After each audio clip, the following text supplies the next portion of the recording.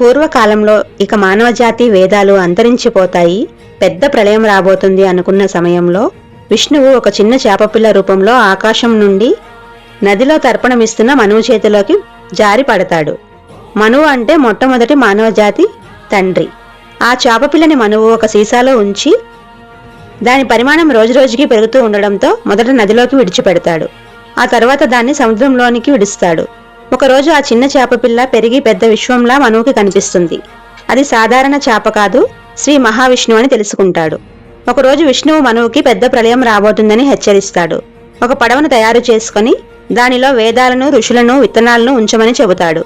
శ్రీ మహావిష్ణువు స్వయంగా ఆ పడవను తన కొమ్ములకు కట్టుకుని సురక్షితంగా పడవను రక్షిస్తాడు. అదే సమయంలో వేదాలను ఎత్తుకుపోవడానికి వచ్చిన హయగ్రీవుణ్ణి సంహరించి వేదాలను బ్రహ్మకు అందజేస్తాడు. ధర్మం నశిస్తున్న సమయంలో భగవంతుడు ఏదో ఒక రూపంలో రక్షిస్తాడన్నది నిజం. ఆ విధంగా విష్ణువు మత్స్యావతారాన్ని పొందుతాడు. మరిన్ని ఇలాంటి వీడియోల కోసం ఛానల్ను ఫాలో అవ్వండి.